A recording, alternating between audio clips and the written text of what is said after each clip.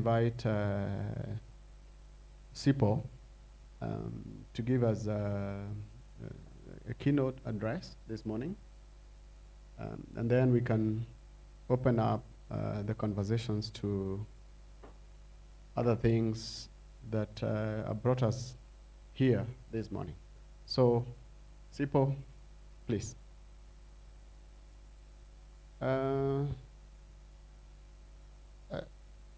Do I need to introduce him? Oh, everyone knows. Thank you. SIPO is with the Open Society Foundation, and one of our key supporters since the inception of CAPSI. And but we also know that they support so many other people, especially around these particular issues at the core of the conversations this morning, but also in the course of the day, but also at the heart of the project. I don't think I need to say more than that. I will invite SIPO then to take us through what he has for us this morning. Thank you. Thank you so much, Prof. Thank you for the invitation. I don't really like the notion of delivering a keynote. It's too much pressure. I believe that in a room full of intellectuals, it is quite arrogant to think I can deliver a keynote. But I will share some thoughts on this important topic.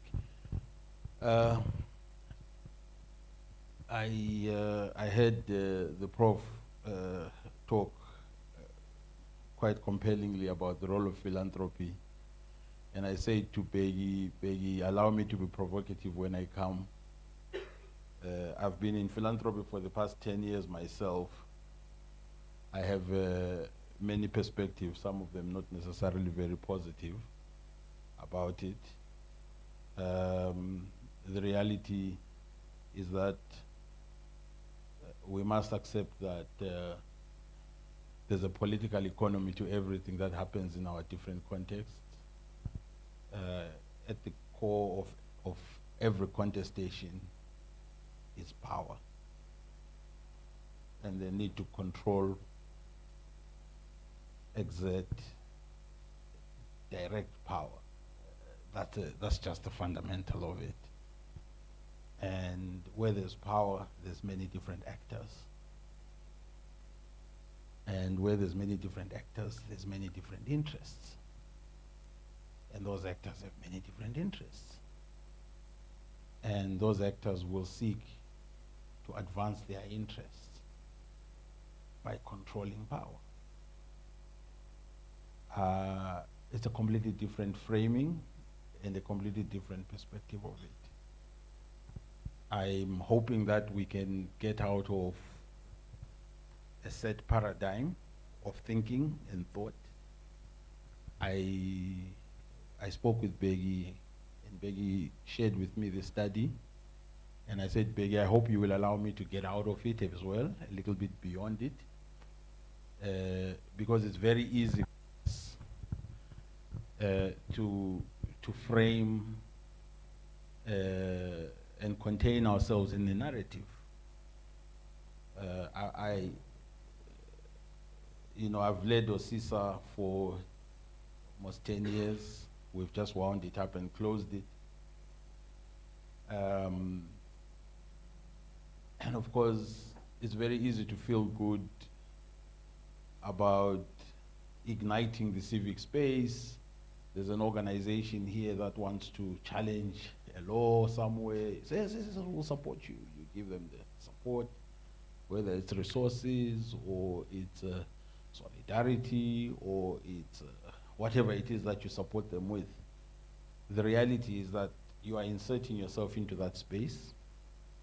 That's just a practical reality. You are, whether you're using money or you're using influence, you are entering that space by engaging, and you're becoming a broker, right? It's a fact, it's a truth. And you will understand why I say this, because you will understand why some of the pushback comes.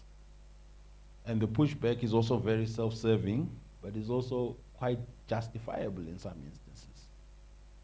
Because the reality is that it's all a contest for space and power. And as long as it's a contest for space and power, everybody who's an actor becomes a belligerent, using the conflict terms. You know, if there's a contest, the question is, you know, the Chinese say, don't shoot the rider of the horse. In a war, why are you shooting the rider of the horse? There's no point, because somebody else will jump on the horse and they'll continue riding. You know, in an army, there's so many people who can ride the horse. Shoot the horse to stop the to stop the advance. Because once you shoot the horse, then you've dealt with the problem. So and even as I'm saying this, I'm sure you are in your mind, you are thinking, what the hell is he talking about? But maybe let me start off on a celebratory note.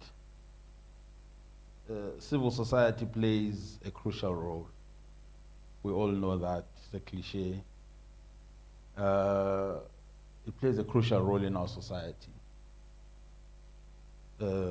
Whether it is in providing services that governments are unable to provide, or the private sector is unable to provide, whether it is supporting the developmental agenda of a country, in terms of ensuring that there is social and economic progress and opportunity for different groups in society, women, children, whether it is in ensuring that the public is made aware of its rights, its entitlements in society, whether it is ensuring that the government is made aware of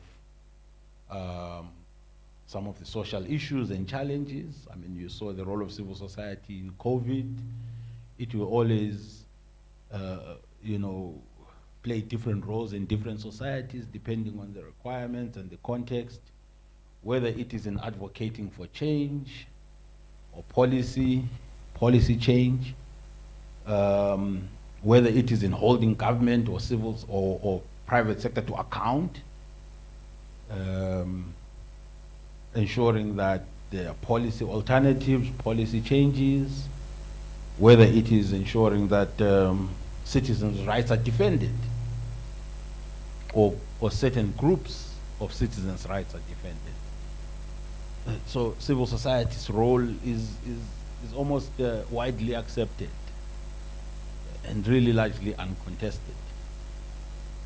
The larger question, I guess, when one assesses and analyzes is the perceptions around these roles differs from whoever is looking at it and asking the question, right? So I said earlier that ultimately at the heart of any society rests the contestation for power and control over the direction of that society, but also over its resources. Fundamentally, actually, maybe I could start with the resources. Resources are really at the heart of any contestation. It's power and control over resources, and we must look at civil society and its development more broadly. One thing I didn't touch is the typology. When we say civil society, what are we talking about? Are we even talking about the same thing? I think you would all agree that if I asked you what civil society is, what you tell me would be a different answer from you, and you, and by the time we're done in this room, we probably are actually all talking about very different things. So what are we then talking about if we're all talking about different things? Are we agreed about what civil society is? And it's a fundamental question. I mean, Peggy taught me for the first time that civil society is literally everything and everyone. So what then does that mean, right? Ranging from ranging from academic organizations to schools, to cultural organizations, to advocacy groups, to churches, religious groups, to social movements, to youth groups, so business organizations, professional associations. That's everybody as far as I'm concerned, right? So, but we must understand that not everybody engages in the civic space in the same way. And not everybody has the same interest in that civic space. And not everybody is perceived as a threat by those in that civic space. So we're now in a space of what I would call definitional instability for the intellectuals. We are now in a space of definitional instability. We don't know what civil society is. It is everything and anything and nothing as well at the same time. And that's very important. But at the core of it, I guess, we can really synthesize it to be saying that civil society is considered as all formations, non-governmental, that come together to advance their interests, to shape, change, direct policy, practice. The definition is getting complicated even as I continue going, as you can see. But the reality is that civil society is anybody and everybody, which then means then you don't know who you are targeting, right? You don't know who you are targeting. If Lawyers Associations, the Law Society of South Africa is civil society, they have very narrow interests. They don't really care much about anything except whether they can charge their fees and whether the judges are treating them properly or not. If the churches are also civil society, their interest is also quite narrow. It's their flock, it's their ability to conduct their business without interference from government. It is their ability to be allowed to practice their faith and religion without any constraint. If civil society then is political formations, they are part of civil society, they have a completely different agenda, a completely different interest.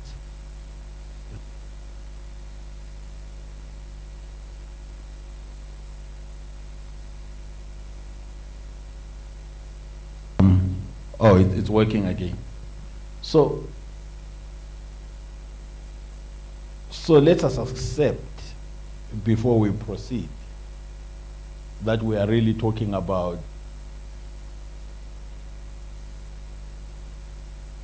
anything and everything. I'm sorry to be disruptive like this. This is my, I like to disrupt. But it's okay. It's not a problem, by the way. Because I know that sometimes when we're taken out of a comfort zone, we panic. We shouldn't even have a problem. It's okay that we're talking about everything and anything. Because indeed that is civil society. It is diverse. It is so diverse. It comprises many diverse typology, diverse interests, diverse actors. Let us accept that first. We're not talking about the same thing. We're not talking about the same interest. It is so disaggregated. And it has so many struggles within the struggle that you cannot say, we are fighting for civil society. You cannot be fighting for civil society if you are homophobic. Because within that civil society, you arguing for space and denying space to a segment of that society that's demanding other kinds of space. You understand what I'm trying to say? You cannot be fighting for civil and political rights when you are misogynistic and patriarchal. I'm talking about the tensions and the contradictions within the civil society space. That even as you're fighting for power, the power you're fighting for is not the power that everybody else You're fighting to preserve your power. Patriarchy, I mean, you look, we're talking a lot about the misogyny in the political space. You can't tell me that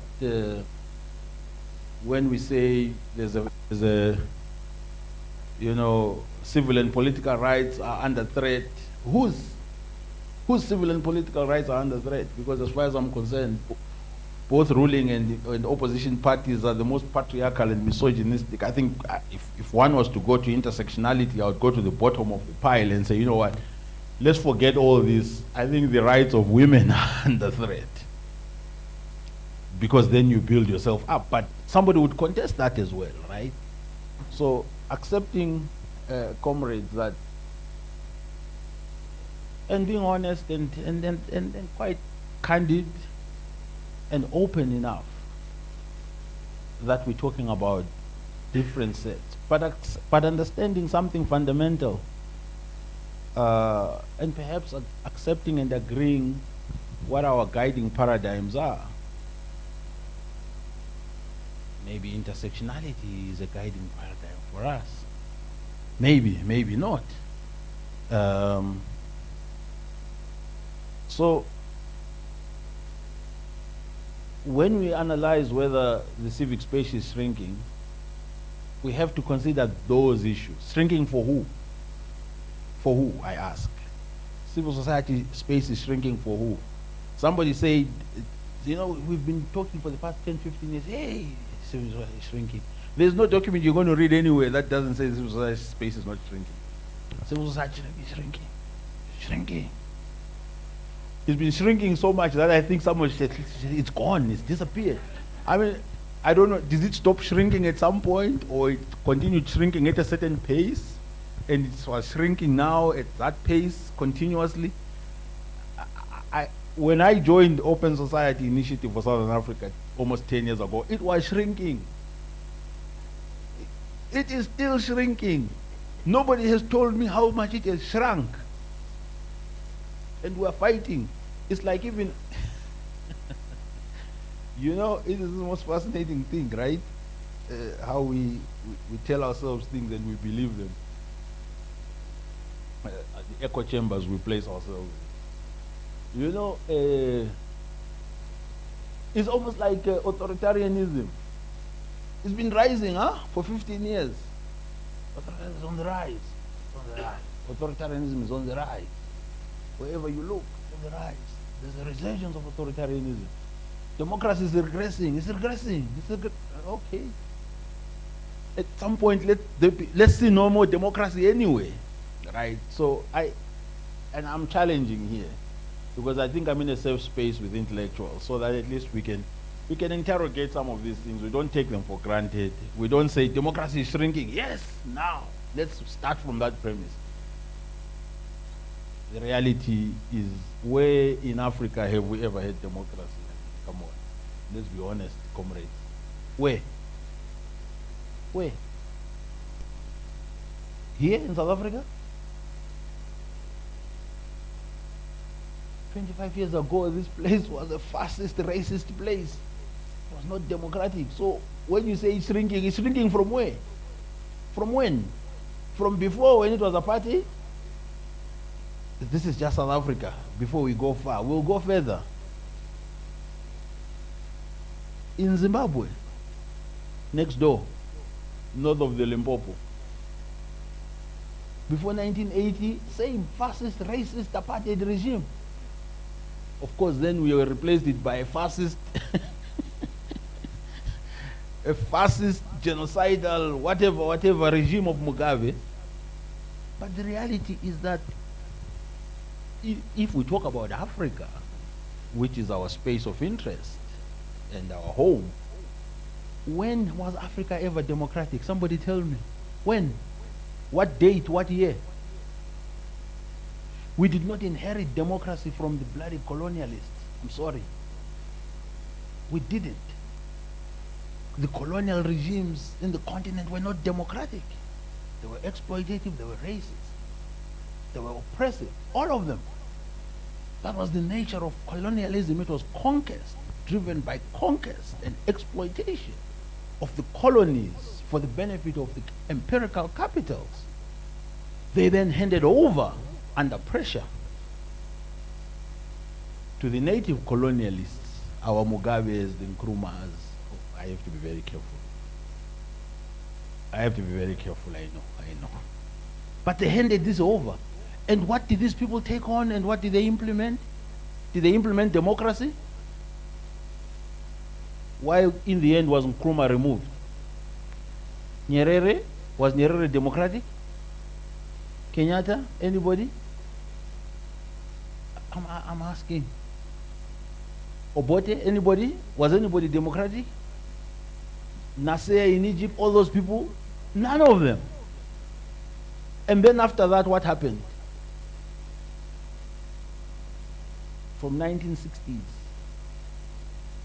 one-party states everywhere, including our Mzee who we celebrate now, Kaunda. I mean, come on, Banda. Look anywhere. Masire. No, not Masire. Kama.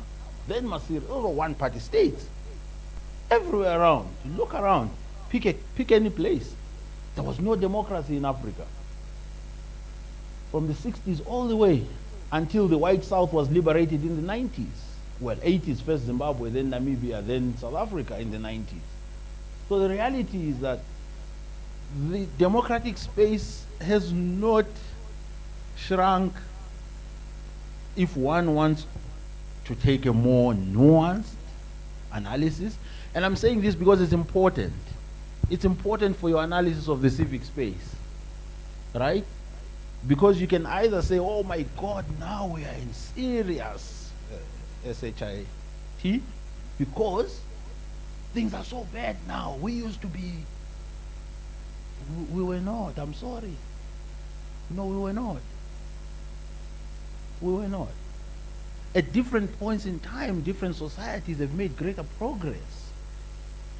And at times they've made progress, and the speed of progress might have stalled. In some countries, the trend and the trajectory for change and positive change might have hit a wall. We can say that. We can say that for sure, that the direction we were taking was very positive. We had governments that were receptive, that were open, that allowed for vibrant civic space and engagement, but we are seeing a trend. We can say that. But we need to look at anything from the arc of history, not necessarily from the arc of 4, 5 years or 10 years. That's not how society can be viewed. 5, 10 years is a very short time. You know, my brother Brian was talking the other day in Rwanda about how they expect us to forget. They expect us to forget slavery, but they won't make us forget the Holocaust. It's a short time. 10, 15 years is a short time in the development of a country. 25 years, I know my South African comrades are very impatient. 25 years is a very short time to undo 200 years of exploitation and historical oppression. It's a short time. It doesn't mean that we're scapegoating the responsibility of those tasked with reversing it. But we must understand that it is a short time. And we must look at the long arc of history in assessing. So I'm going to wind up. I've spoken long enough.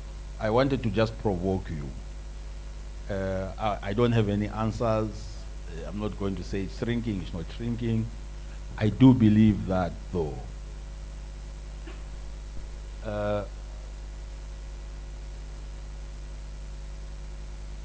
we must analyze whether the space is shrinking or expanding from the perspective of power. We must always analyze it from, it's about power. Let's never forget this, colleagues, comrades. It's about power. And the reality is that actors in any context will seek to co-opt, capture all the power in order to direct that power and the resources that come with that power to themselves. That's what we all do. It happens everywhere, even in the homes. That's what happens in the family units. It's about power. It's about power at work. It's about power. You know that colleague who wants all the projects, you know, who wants to have everything, to be in everything. You know, we know them. It's about power, ultimately. And it's about how the methods of exerting and influencing and capturing power keep shifting. And that's where, in my opinion, as scholars, we need to be looking carefully. What are the ways, the new ways in which power is manifesting? What are the new ways in which power is seeking to advance and capture? But what are the new ways in which we can disrupt power, comrades? What are the ways in which we can disrupt power? Because it really doesn't matter. Because it's age old. Power is age old. You know, the caveman was powerful because he had bigger stick and he had and then of course he was able to hunt, and then he was smart, and then the reality is, how do you disrupt? Nature always adapts. There's ways. The chameleon it has its own disruptive element. So how do you disrupt? I will change color. I'll be right in front of you. You're not going to see me. I'll still be small, but you're not going to see me. So for me, even as we think about the civic space,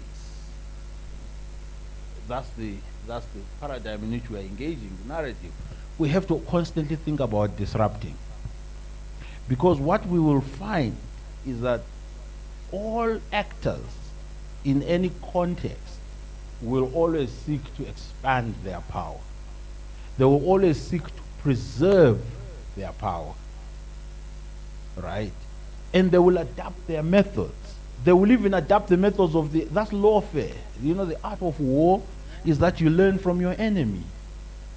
From every battle you go back and you reflect, how did I lose that battle? Or they outflanked me. They outnumbered me. They outgunned me. They outthought me. So you go back, and in the next battle you want to think. You want to arm yourself better, right? You want to spread yourself better. So the reality is that as we think about preserving the civic space, we need to think about innovation in how we disrupt the power and the interests of those that continue to control it. And it's just as an example, something that was touted as the most progressive opportunity for expanding the civic space safely for people, because being out there on the streets was considered very dangerous in many countries, actually is considered dangerous. The digital space emerged, and we all celebrated it. Oh wow, now you can speak safely, you can tweet 100 times, to hell with Cyril, and you'll be in your house, right? You may even be not even in your house, but you may even have a pseudonym, you may even be a ghost. To hell with Mnangagwa, to hell with, you can tweet now, right? You're safe, and you feel so good. Yeah, I told them. And there's no consequence to it now. That's the digital space. It's giving you the opportunity and the space, right? But the autocrats are not stupid. They're using the same digital space. They're using the same digital space for misinformation and disinformation. Fascinating technological innovations are being co-opted and captured. That's what I was trying to say about interest and adapting methodologies, right? So you go to the same digital space, you find AI live. They'll show you, they'll show me here saying, I support Mnangagwa 2023. And it will be me, my voice, my everything. That is AI. Which ideally is an innovation, right? A progressive one. But hey, anything that's useful to you is useful to your enemy. You must always understand this. So let's look and consider what are the disruptive opportunities. I will say that in closing, and thank you so much. I just hope I've stimulated some thoughts and some ways of thinking about some of the issues. I don't have any answers myself. I wish I did. But I wish you a really successful conference and deliberation going forward. Thank you, Prof, and thank you, Prof, and thank you, everybody, for inviting me and for listening to me.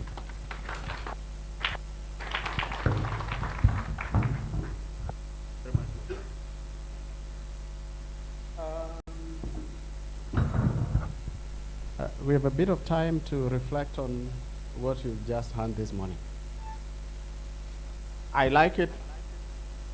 I like the provocation on a number of fronts.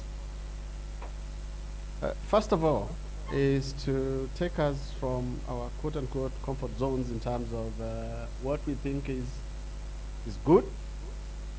So the normative issues that we think this particular space, but also even the mere concept or the basic concept of civil society. What is it? We keep on talking of democracy as if it was a good thing. I will probably misquote, but Churchill is said to have said that it's what? Is it the worst form of governance except for none other? Or something like that. I'm trying to paraphrase.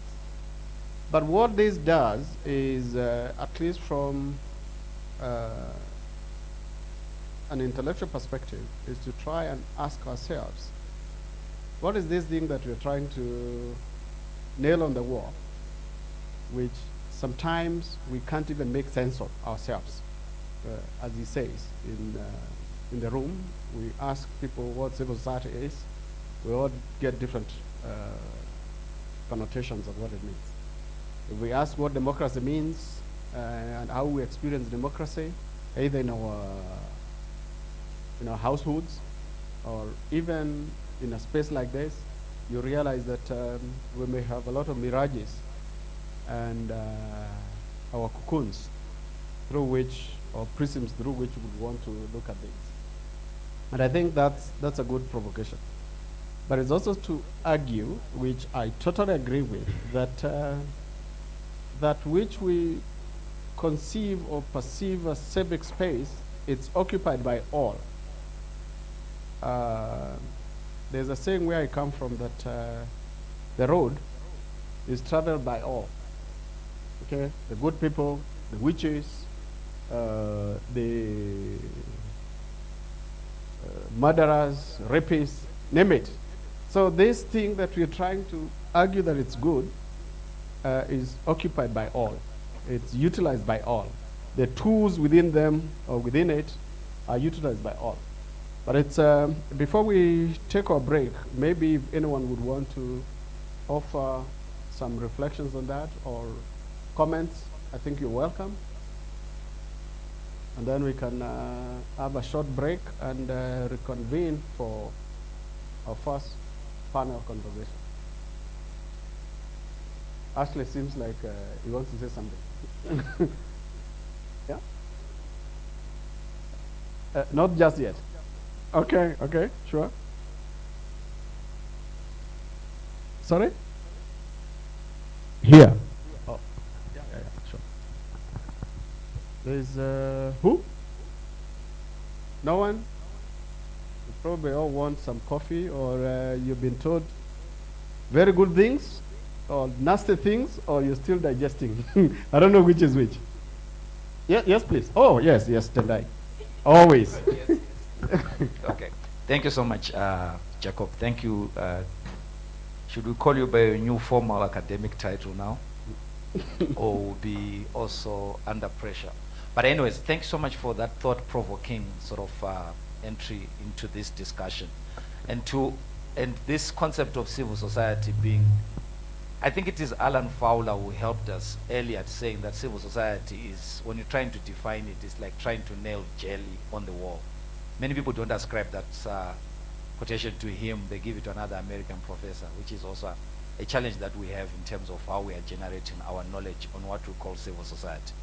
But I think, not a question, but even an issue to ponder for Sipho is from where he sits as a legal scholar and as somebody who has run a foundation. Because what then what then are the terms? I know you're provoking us to think, what then are the terms? Because there are challenges that we have in this space. The fact that they've been going on for 20 years or something does not mean that they disappear. You know, the threats that exist to civil society. The question that I have is to say, how then, just because you're going to come back to this conversation, I think the whole day, but how then do you, even sitting at OSF or in another academic circle, how do we conceptualize this problem? There is a problem in civil society. It has many manifestations. It could be a problem of funding, it could be a problem of the laws, it could be a problem of the authenticity. It could be a problem of the relationships between what we call civil society and the state. What we are possibly looking for is to say, what are the new ways of looking at the current challenge that we are facing? I hope you're not asking for answers. We have someone online, Paul Okumu. Please, if you can hear me, do take the time to make your comments. Huh? Paul Okumu, wasn't it?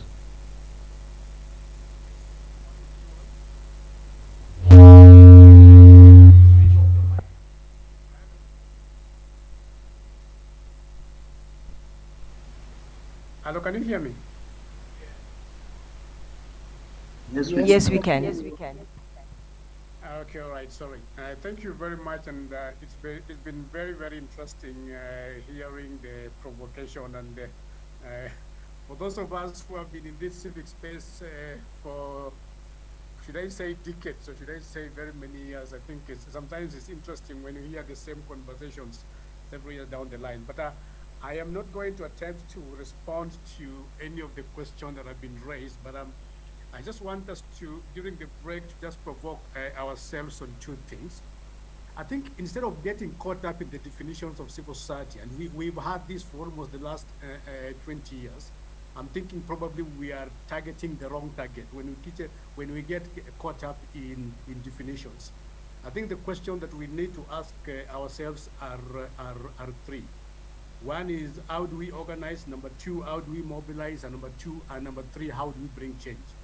And I think if we reorganized how we organize ourselves, if we reorganized how we mobilize not just ourselves but the citizens, and if we reorganized how we bring change, we will probably have made a critical step in dealing with the civic space. Because 15 years ago, challenges to civic space was restricted to what we used to call undemocratic countries. But if you look at what we have today, literally there's not a single country on earth here that you will say is having a very open space for citizens. And so therefore, whether it is the people who give us money or whether it is the best meant the work, the challenge seems to be the same. And I think it is for us to now come back and address things internally and ask ourselves, maybe we are the ones who need to change how we do things, instead of thinking that maybe the only thing we need to change is how the governments themselves work. I think those are my initial comments for now.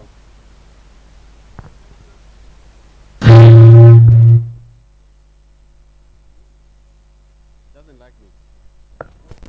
Thank you. Yeah. No, they won't hear you online.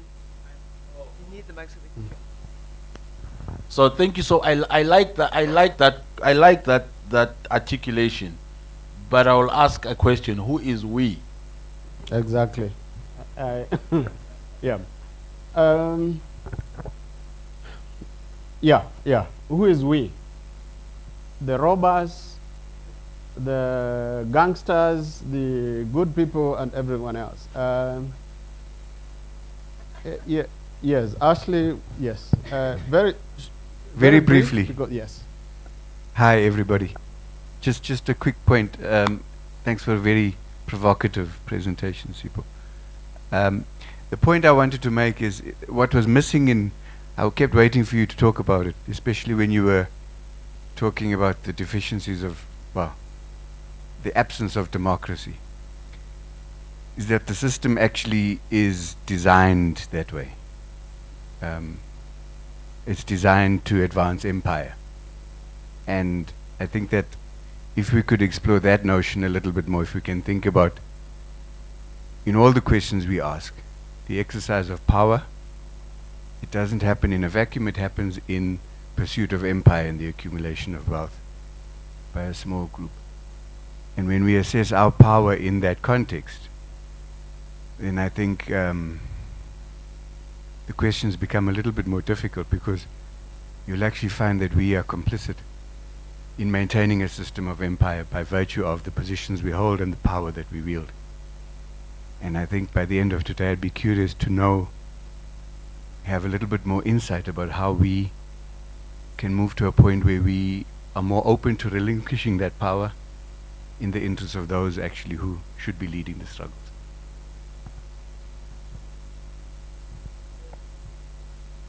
I said a little earlier that Ashley has to to say something.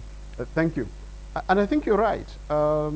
We have a lot of assumptions on many things, but we are also active actors in the creation of probably the messes that we find ourselves in. And it's also a good question.